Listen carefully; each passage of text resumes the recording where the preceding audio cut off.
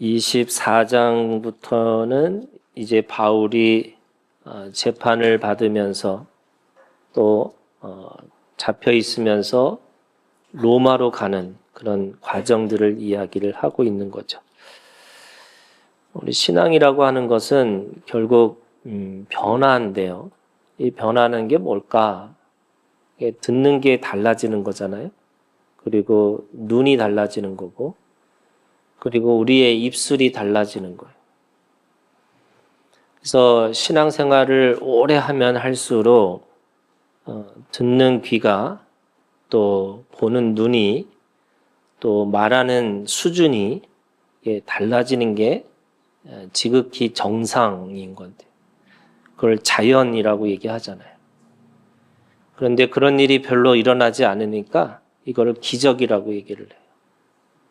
우리가 기적과 이 자연이라고 하는 것은 하나님이 우리에게 순리로 주셨으면 순리대로 살아야 되는데 자꾸 그걸 영리가 순리인 것처럼 착각하고 살아가는 거죠.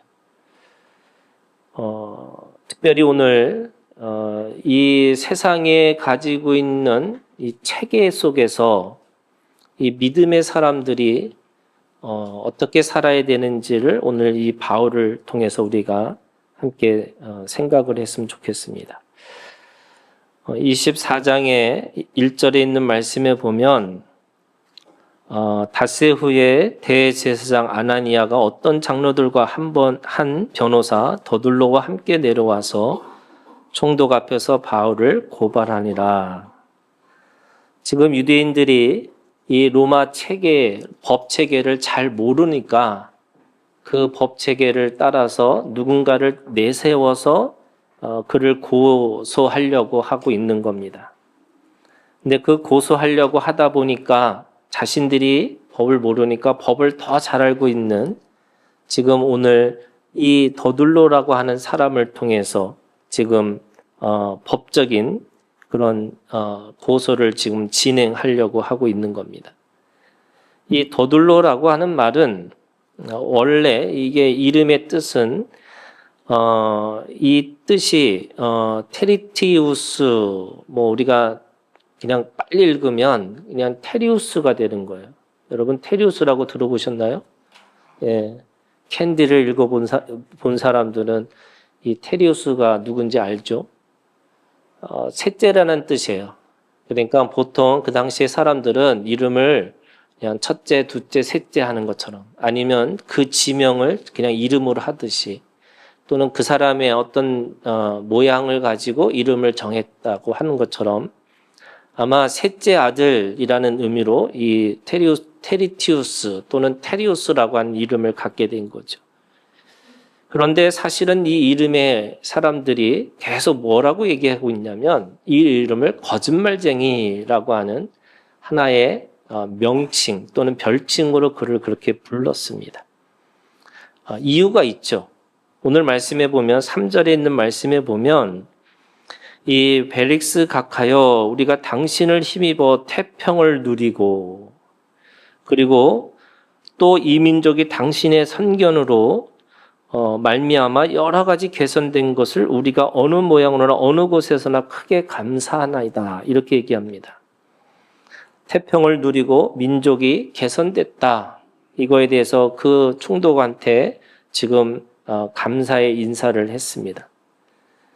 그런데 이 유대인 역사가 요세푸스는 사실은 이 벨릭스라고 하는 사람이 노예에서 시민이 됐고 또 시민에서 이렇게 총독까지 그 가는 모든 길들 속에서 특권을 이용하고 뇌물을 받고 온갖 악행을 저질렀다라고 하는 기록이 있어요. 그리고 정적에 대해서는 이 암살자를 동원해서 잔인하게 살인했다 이렇게 이야기합니다. 또 로마 역사가인 타키투스라고 하는 사람은 이 피지배국이었던 유대인들이 이 벨릭스 폭정을 견디다 못해서 아예 로마에다가 사람들을 보내서 직접 탄원서를 썼다 이렇게 얘기를 합니다. 그러니까 누가 봐도 객관적으로 봐도 이 사람은 그냥 나쁜 사람이었는데 지금 이 재판에서 이기려고 지금 거짓 증인 또는 거짓 증언을 하고 있는 거죠. 그래서 나중에 이 사도행전 24장의 이 말씀을 통해서 나중에 사람들이 그 이름을 부르면서 뭐라 그러냐? 거짓말쟁이, 이 거짓말하는 사람의 그런 하나의 별칭으로 그를 부르기 시작했다라고 이야기하고 있습니다. 저는 이 사람이 살면서 꼭 한 번은 이 재판을 좀 받아봐야 된다고 생각하는 사람이에요. 이게 나라와 나라의 갈등은 전쟁이지만 개인과 개인의 갈등은 이 재판이거든요. 근데 이 재판을 하면서 제가 제일 많이 느꼈던 게 뭐냐면 사람들이 너무 많이 거짓말을 한다는 거예요. 그리고 거짓말을 너무 쉽게, 그리고 뭐 거기에 직분이 없어요. 목사든 뭐 장로든 뭐 권사든 집사 상관없어요. 어떻게 그렇게 너무 이렇게, 그러니까 뭐냐면 뭐든지 이게 세상은 뭐냐면 결과주의예요. 그러니까 결과로 보니까 그 결과는 반드시 이겨야 되는 거예요. 세상에서 어떻게 평가하는 거냐? 사람들은 과정을 보지 않아요. 또는 동기를 보지 않아요. 뭘 보냐면 결과를 보는 거죠. 그러니까 세상에서는 수단과 방법을 가리지 않고 이기는 게 좋은 사람이에요. 그런데 여러분, 그거는 우리가 살면서 당장에 있는 문제지만 이게 저는 좀 길게 보라는 거예요. 여러분, 우리가 믿음이라는 게 뭐냐면 우리가 가지고 있는 믿음의 가장 핵심은요, 영원성이에요. 영원히 보는 거예요. 이게 우리가 지금 당장에 이익이 되느냐 안 되느냐, 이게 손해가 되느냐 안 되느냐의 관점에서 보면 우리가 이것에 대해서 수단과 방법을 가리지 않고 내가 그걸 이겨 먹어야 되는 거지만 하나님의 나라의 관점에서 보면요, 여러분 그것이 과연 얼마나 중요할 건가. 저는 가끔 제 스스로 어떻게 생각하냐면 지금 이곳에서 내가 그렇게 인정받냐 못 받냐가 아니라 하나님의 나라에서 인정받기를 원해요. 그리고 그것이 안 되면요, 적어도 한 100년 뒤에 그 사람 그런 사람이었구나 라고 하는 것에 대해서 인정받기를 원해요. 죄송한 얘기지만 우리 박땡땡 목사님이 이번에 성경책을 내시는데 이 성경책을 내실 때 제가 그랬어요. 지금 당장에 이 말씀을 모르는 사람들이 있지만 나중에 역사가들이 그분 정말 그렇게 볼 수 있는 그 말씀이 정말 대단하다. 나중에 한 100년 뒤에 평가받는 걸로 생각하시라고. 싫어하세요. 네. 그런데 여러분 이런 거예요. 우리가 하나님 앞에서 서 있다는 건 뭐냐면 우리는 영원성을 가지고 있는 사람들이에요. 지금 당장에 내가 어떤 모습, 어떤 것, 그게 중요한 게 아니에요. 여러분, 우리가 인생이라는 거는 70이고 간 거는 80이라 그랬어요. 또 120년이라고 하는 시간이 있어요. 그런데 그거는요, 하나님의 영원 시간에 비하면 너무나 짧은 시간이에요. 그 짧은 시간임에도 불구하고 하나님은 그 속에서 뭐 하기를 원하시냐면 우리를 영원한 시간으로 살게 하기를 원하세요. 여러분, 이게 믿음이에요. 그래서 오늘 내가 죽어서 천국 가는 게 아니고 오늘 지금 이곳에서 하나님의 영원한 시간 속에 영원한 하나님의 나라의 안에서 내가 살아내는 게 중요한 거죠. 저는 그런 의미에서 여러분, 인생을 너무 짧은 인생으로 살지 말아라. 오늘 길게 보시라고요. 그 길게 보기 위해서는 지금 여러분 오늘 말씀해 보면 더둘러하고 나하고 무슨 상관이 있어요? 더둘러가 변호사라다. 그래, 그 당시에 그 사람이 잘 먹고 잘 살았다?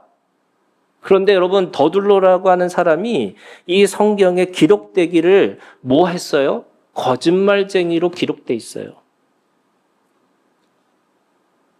말은 이겨 먹은 거예요. 여러분, 그 당시에 사람들은 이겨 먹으려고 한 거예요. 그래서 어떻게 했느냐? 이겨 먹으려고 하니까 지금 바울을 세 가지의 제목으로 지금 고소를 하고 있어요. 그게 5절, 6절에 있는 말씀이에요. 우리가 보니 이 사람은 전염병 같은 자라. 첫 번째가 개인적인 죄목이에요. 여러분, 제일 중요한 것 중에 하나가 메신저를, 이 메시지를 공격할 수 없으면 어떻게 해요? 메신저를 공격하잖아요. 그러니까 뭐라고 그러냐면, 개인적인 죄목이 뭐냐면, 이 사람은 사회에 해를 끼치는 사람이다. 전염병 같은 사람이다. 두 번째는 이 사람은 이게 정치적인 죄목이에요. 로마의 통치에 위협이 되는 자다. 이거 뭐예요, 여러분? 반체제잖아요.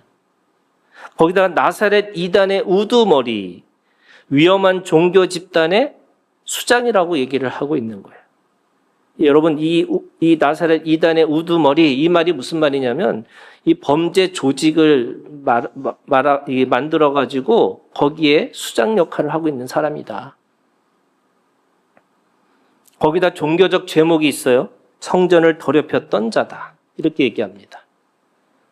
그러니까 지금 이 바울을 잡기 위해서 지금 말을 잘하는 사람으로 변호사를 세워가지고 지금 뭐 하느냐면 계속 죄를 뒤씌워 주는 거죠. 그것이 나중에 100년 뒤에 또는 2000년 뒤에, 아니 하나님 나라의 그 말씀에 어떻게 기록되는 거를 생각하지 않고 그냥 이겨 먹으려고 말하는 거예요, 여러분. 여러분, 이겨 먹는 게 죄인 거 아셔야 돼요. 어떤 때는요, 여러분, 지는 게 하나님 나라에 그게 맞을 수 있어요. 여러분, 십자가가 뭐예요?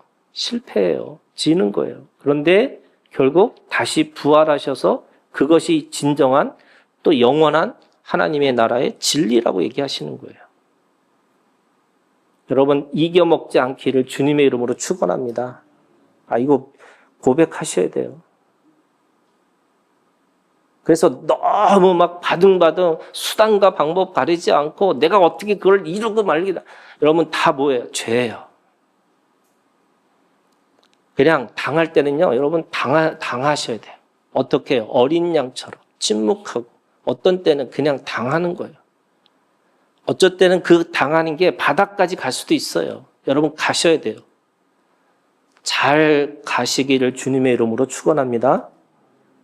다만 그 안에서 죽으시면 안 돼요. 끝까지 살아나셔야 돼요. 바울의 진실이 뭡니까? 여러분, 이 사람은 전염병 같은 자라고 했지만 바울의 진실은 복음의 영향력을 가지고 있는 사람이었다는 거예요. 나사렛 이단의 우두머리라는 말이 무슨 말이냐면 바로 복음에 미친 자였고 예수 그리스도의 종이라고 하는 자기의 확신, 자기의 정체성이 분명했던 사람이었고 성전을 더럽게 하는 자였지만 그것이 성전이 건물 성전이 아니라 몸의 성전을 그걸 만들어가는 사람이라는 것을 아주 분명하게 이야기하고 있는 거죠. 그래서 여러분, 원수가 이야기할 때는 반대로 생각하시면 돼요. 나한테 무슨 원수가 있어요. 여러분, 원수 있어요, 다. 이게 진리예요, 여러분. 시편에 있는 말씀에 보면 왜 이렇게 원수들이 많아요. 사방에 우겨 싸는 사람도 있고요. 나를 어떻게든지 죽이려고 쫓아다니는 사람도 있고요. 어떻게든지 나한테 뭔가 이렇게 함정에 빠뜨리려고 하는 사람들이 있어요. 여러분, 그럴 때마다 어떻게 해야 돼요? 여러분, 그 원수를 위해서 내가 싸우고 이겨먹는 게 아니라 그 원수를 향해서 내가 하나님 앞에 복을 전하는 사람으로 살으라는 거예요. 그게 뭐예요? 반대 정신이에요. 내가 나한테 저주하는 사람을 오히려 축복해줘요. 나에게 그거에 대해서 뭔가 계속해서 뭔가 거짓으로 이야기를 하면 할수록 어떻게 들어요? 거꾸로 들으시면 돼. 아멘 하세요. 괜히 뭐 그것 때문에 죽었다니 뭐 살았다니 그러지 마시고요. 그냥 그런 소리 다 들려도 거꾸로. 제가 얘기했잖아요. 우리 아들이 고등학교 올라가니까 애들이 다 주어, 동사, 목적어가 다 욕이래요. 그래서 자기도 어떻게 욕을 할 수는 없고 어떻게 해야 되냐고. 그래서 그랬잖아요. 예. 반사. 여러분, 반사하세요. 근데 또 반사하면 또 애가 또 그걸 듣는데요. 그래서 내가 그러면 고개를 이렇게 하라고. 예. 예. 그냥 이렇게 하시면 돼요. 그 사람은 모르죠. 그렇지만 우리는 아는 거예요. 뭐예요? 반사. 근데 이게 여러분, 이게 성경적인 거예요. 여러분, 창세기 12장 1절, 2절, 3절 하나님이 주신 아브라함의 복이 뭐냐면요. 너를 축복하는 자는 복을 받을 거고 너를 저주하는 자는 저주를 받을 것이다. 이게 뭐예요? 여러분? 반사예요. 여러분, 아브라함의 믿음이 오늘 우리 가운데 있으셔야 돼요. 그래서 바울이 아무리 제목을 얘기하고 아무리 세상에 가지고 있는 논리와 합리적인 것과 아무리 최고의 말을 해가지고 지금 제목을 붙였지만 사실은 그건 아무 의미가 없는 말이에요. 그래서 오늘 이 말씀이 뭐냐면 이 사람은 전염병 같은 자다. 거꾸로 뭐예요? 이 바울은 몸의 성전을 믿은 바울은 예수 그리스도의 사도로 하나님의 나라의 복음을 전하는 능력과 영향력을 소유한 자라고 하는 말로 바꿔서 들으시면 되는 거예요. 오늘 우리에게 하나님 앞에, 여러분 주님 앞에 우리가 전염병 같은 자로 사시기를 주님의 이름으로 축원합니다. 여러분, 전염병이 뭔지 아세요? 전염병은 전파되는 게 전염병이에요. 그 다음에 이 전염병이라는 말 속에는 매개체가 사람인 경우가 많대요. 그래서 감염병과 전염병이 차이가 있답니다. 이 전염병은 사람과 사람의 관계 속에서 이루어지는 거예요. 그리고 이거를 어떻게 방지하려면 어떻게 되냐면 격리가 제일 좋은 거래요. 그런데 여러분, 예수 그리스도 믿는 사람들이 오늘 우리가 이 시대에 소금과 빛으로 우리를 불러주셨다면 여러분, 전염병과 같은 이 복음의 능력과 복음의 역사가 오늘 우리 가운데 드러나고 나타나셔야 돼요. 이것이 안 나타나면 여러분 한번 생각해 보셔야 돼요. 성경에 있는 말씀 중에 이러잖아요. 여러분, 내가 세상에서 너무 잘 살면 한번 좀 생각해 봐야 된다니까요. 내가 정말 빛과 소금으로 살고 있는 건가? 아니, 불시험이 오면 너희들은 이상히 여기지 말라고 그러잖아요. 여러분, 불시험이 왜 와요? 왜 우리한테 어려움이 왜 와요? 왜 사망의 음침한 골짜기를 왜 걸어갈 수밖에 없을까요? 여러분, 그거는 진리를 가지고 있는 사람이기 때문에 그런 거예요. 하나님이 오늘 우리 가운데 사랑을 주셨기 때문에 사랑을 품은 사람들은 어쩔 수 없이 내가 겪어야 될 일들이 있는 거예요. 그런데 우리는 거꾸로 자꾸 사망의 음침한 골짜기를 가고 싶은 게 아니라 자꾸 다른 길로 가고 싶은 거예요. 큰 길로. 모든 사람이 다 다니는 길로. 내가 튀기를 원하지 않아요. 여러분, 우리 조상들이 늘 하는 지혜가 있잖아요. 모난돌이 정 맞는 거잖아요. 그래서 어떻게 해야 돼요? 중간으로 살아라고, 중간. 그래서 먼저 된 자가 나중되고 나중된 자가 먼저 되니까 어디 서 있어야 돼요?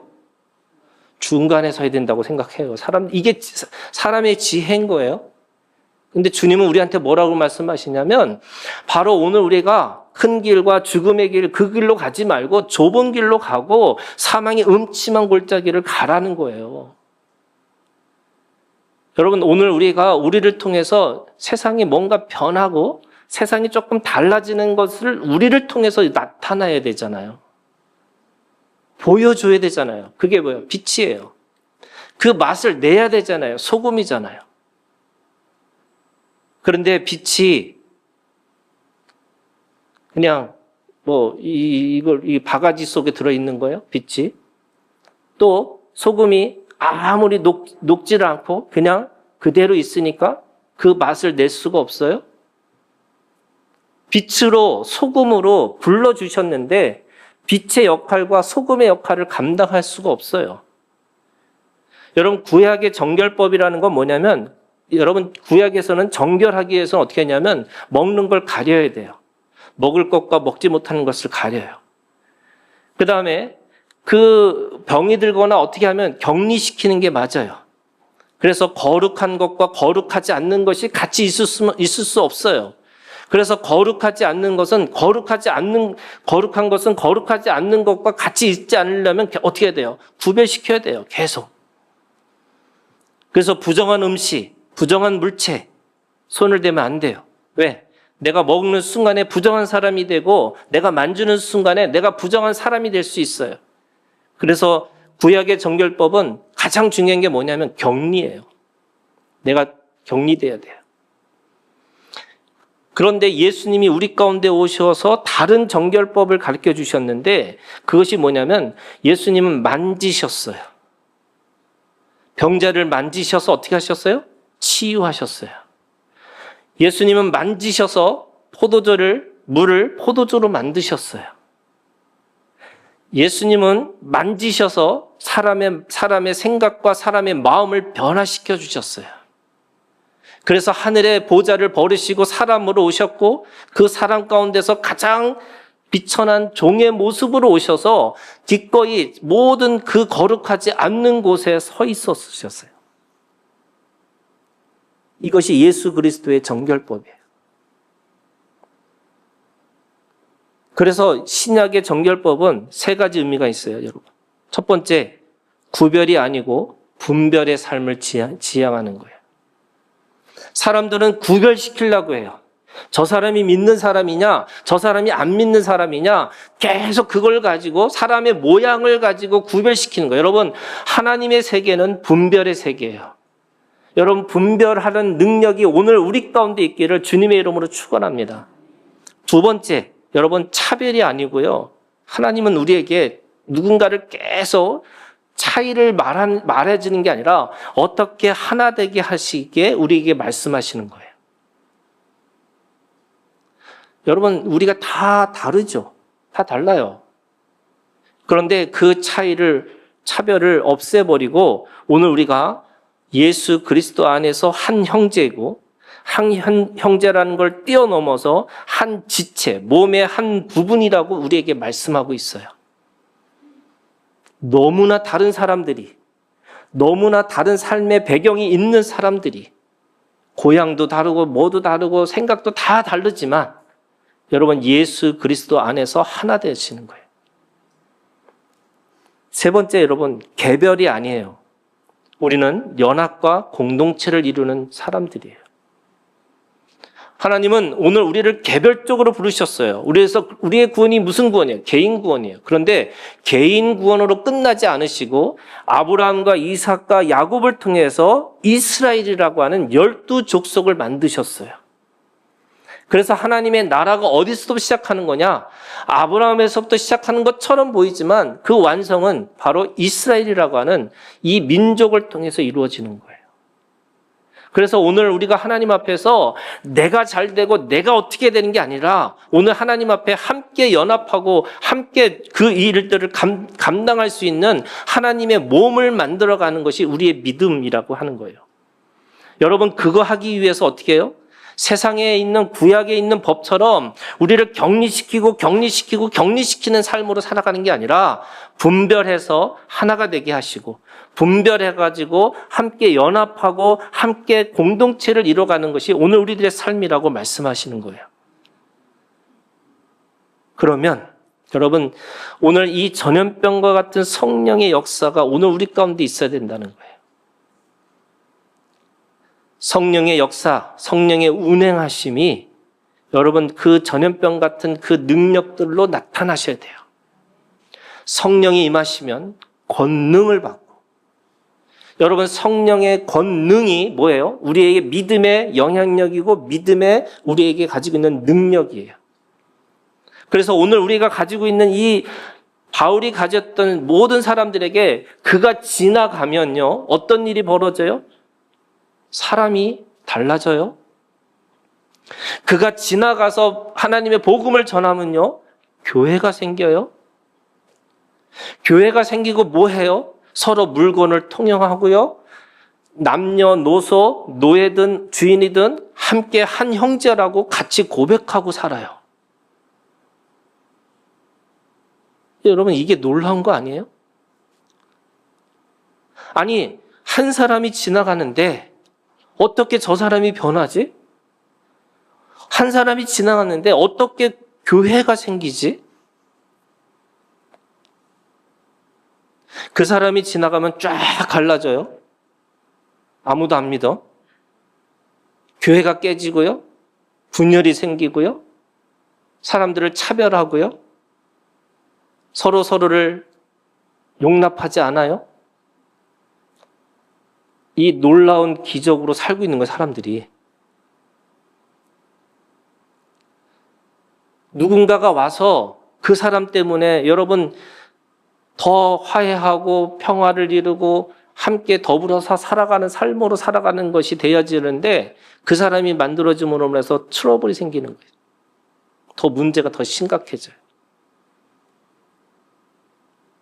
교회가, 공동체가 깨져요. 여러분, 교회가 얼마나 깨지는 게 너무 쉬운 거 아시죠? 그냥 한 사람이요, 정말 이간질하기 시작하면 그냥 끝나요. 사람들은요, 또 이 사람들이 가면을 또 이렇게 잘 쓰고 있는 사람들은요, 또 그 가면 때문에 그 이간질 안에 너무 잘 넘어가요.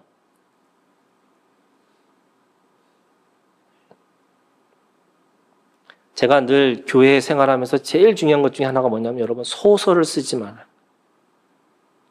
물론 이 소설 쓰는 작가들이 싫어하는 말이지만 여러분, 소설을 쓰시면 안 돼요. 그래서 어떻게 해요? 잘 모르면 어떻게 해야 돼요, 여러분? 네, 꼭 손 들고 물어보셔야 돼요. 물어보셔야 되죠. 여러분, 하나님 앞에 우리가 하나님의 신앙생활, 우리가 하나님 앞에서 신앙생활 한다는 게 뭔지 아세요? 묻고 듣는 거예요. 아니, 하물며 하나님 앞에서도 하나님 이게 맞아요? 이게 진짜예요? 어떻게 그럴 수 있어요? 하나님 앞에서도 하는데 여러분, 교회 안에서 내가 뭔가 이해 안 되고 설명되지 않는 거라면 여러분 물어보셔야 돼요. 이게 뭐예요, 여러분? 빛 가운데 드러나는 거예요. 빛 가운데 드러내서 이게 진짜인지 가짜인지를 보셔야 돼요. 그런데 우리는 뭔가 이렇게 그런 거 얘기하는 게 너무 양반스럽지 않고 어른스럽지 않고 막 그래서 그냥 숨겨야지. 숨기다가 어떻게 해요? 나중에 터져요. 폭발해요. 폭발할 때 사람들이 표정이 뭔지 아세요? 왜 그래? 뭐지? 그래서 폭발하기 전에 얘기하셔야 돼요. 여러분, 신앙생활에 가장 중요한 게 뭐냐면 손 들고 물어본다. 아멘 하세요. 서로에게도 그렇게 하셔야 돼요. 네, 손 들고 물어보세요. 두세 사람 있을 땐 손 들지만 서로 이게 둘이 있을 땐 손은 안 들 필요죠. 들 필요가 없죠. 물어보셔야 돼요. 자, 그러면 오늘 이 에스겔서 우리가 읽은 구약에 있는 말씀에 보면 에스겔서 37장에 성령의 능력이 얼마나 대단한지, 그 성령의 이 역사와 영향력이 얼마나 대단한지를 에스겔이 환상을 보여요. 이 환상을 보면서 뭘 얘기하고 있냐면 첫 번째, 하나님이 이 전염병과 같은 성령의 역사, 성령의 능력을 우리에게 말씀하시는데요. 첫 번째가 뭐냐면 내재하신 성령의 역사를 통해서 뭐 하시느냐면 여러분, 말씀을 듣는 귀를 우리에게 주셨어요. 말씀을 듣는 귀를 주셨어요. 에스겔서 37장 4절에서 5절에 있는 말씀이에요. 여러분 보세요. 또 내게 이르시되 너는 이 모든 뼈에게 대언하여 이르기를 너희 마른 뼈들아 여호와의 말씀을 어떻게 해요? 들을지어다. 이게 무슨 말일까요, 여러분? 아니, 뼈가 귀가 있나요? 뼈가 무슨 살아있는 것도 아닌데. 근데 여러분, 성령의 역사는요, 마른 뼈예요. 죽은 거예요. 생물이 아니에요. 그런데 뭐예요? 그에게도 귀가 있다는 거예요. 하물며 우리가 귀 있는 우리라 할지라도 여러분 거꾸로예요. 여러분 아무리 얘기를 해도 들을 수 있는 사람이 없어요. 아무리 들어도 하나님의 말씀을 들을 수가 없어요. 그런 귀가 있어요. 하나님이 뭐라고 말씀하시냐면 아예 귀를 막으셨다는 말씀도 있어요. 그들이 듣고 깨달을까 봐. 그런데 오늘 뼈들한테 뭐라 그래요? 그들이 하나님의 말씀을 듣는 귀가 있다는 거예요. 그래서 어떻게 해요? 5절 주 여호와께서 이 뼈들에게 이같이 말씀하시기를 내가 생기를 너에게 들어가게 하리니 너희가 어떻게 해요? 살아나리라. 그랬더니 어떻게 해요? 갑자기 뼈와 뼈들이 붙으면서 그 6절에 힘줄을 두고 살을 입히고 가죽을 덮고 너희 속에 생기를 넣으니 너희가 살아나리라. 내가 또 여호와인 줄 너희가 알리라. 여러분 하나님의 말씀에 들을 귀를 모든 것들한테 주셨다는 거예요. 그런 의미에서 여러분 먼저 우리가 하나님 앞에 전염병과 같은 성령의 역사를 경험하기 위해서 어떻게 하냐. 여러분 우리의 귀가 열리셔야 돼요. 하나님의 말씀을 들을 수 있는 귀가 열리기를 주님의 이름으로 축원합니다. 여러분 이 말씀을 들어야지 살아나는 거예요. 이 말씀을 들어야지 뼈다귀들이 같이 붙고 살이 붙고 그래서 다시 몸으로 같이 구성되어진다는 거예요. 오늘 사도 바울이 성령을 받고 권능을 받았어요. 그래서 예루살렘과 온 유대와 사마리아 땅끝까지 이르러 증언이 되는 증인의 삶으로 산다는 게 뭐냐? 여러분 오늘 그 성령의 역사를 통해서 말하는 거예요. 들을 사람은 듣는 거죠. 귀가 막힌 사람은 못 들어요. 하나님이 열어주시겠다는 거예요. 열어주셔서 그 열어주신 그 귀를 통해서 들은 자에게 하나님께서 다시 그들이 붙어있는 그리고 한 몸으로 이루어지게 만드시겠다는 거예요. 두 번째 여러분 성령의 권능이 있어요. 그것이 뭐냐면 10절에 있는 말씀이에요. 이에 내가 그 명령대로 대언하였더니 생기가 그들에게 들어가매 그들이 곧 살아나서 일어나 서는데 극히 큰 군대라. 여러분 세 가지가 있어요. 하나님의 말씀을 전하고 그 말씀을 듣는 자에게 어떤 일이 일어나냐? 여러분 그 생명이 다시 살아나는 역사가 일어나요. 근데 그 살아나는 게 어떤 거냐? 일어나는 거예요. 주저앉고 좌절해서 아무것도 할 수 없는 그 사람이 다시 일어나요. 일어나서 그냥 일어나는 것만 끝나는 게 아니라 하나님의 나라를 위해서 싸울 수 있는, 피 흘릴 수 있는 군대가 돼요. 뭐 때문에요? 말씀 때문에, 생기 때문에. 여러분 성령의 역사가 오늘 우리 가운데 운행하시는데 그 운행하시는 성령을 내가 그 안에서 그 믿음으로 내가 그걸 받아들이기 시작하면 내 생명이, 내 영혼이 불이 뜨 일어나서 일어나는 것뿐만 아니라 이제 하나님의 나라와 하나님의 말씀을 가지고 살아낼 수 있는 능력이 오늘 우리 가운데 있다고 말씀하시는 거예요. 마지막으로 여러분 이렇게 돼 있어요. 11절에 이렇게 돼 있습니다. 또 내게 이르시되 인자야 이 뼈들은 이스라엘 온 족속이라. 이스라엘의 온 족속이. 다 뼈들이 하나로 각각의 자기의 몸대로 모여있지만 그것이 군대가 됐는데 그 군대라는 것은 누구의 군대냐? 하나님의 군대죠. 근데 그 하나님의 군대를 이름을 뭐라고 그래요? 이스라엘. 여러분 이 사건이 어떤 사건이에요? 바울이 말씀을 전하고 그들이 회복되어지고 그 회복되어진 걸 통해서 교회를 만들고 그 교회가 예수 그리스도의 몸을 만들어가는 공동체가 됐다는 거예요.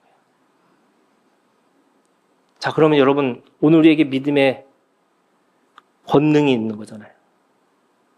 이 전염병 같은 누군가를 만나면 반드시 그 안에 어떤 일이 벌어져야 되느냐면 그 사람이 살아나는 역사가 일어나야죠.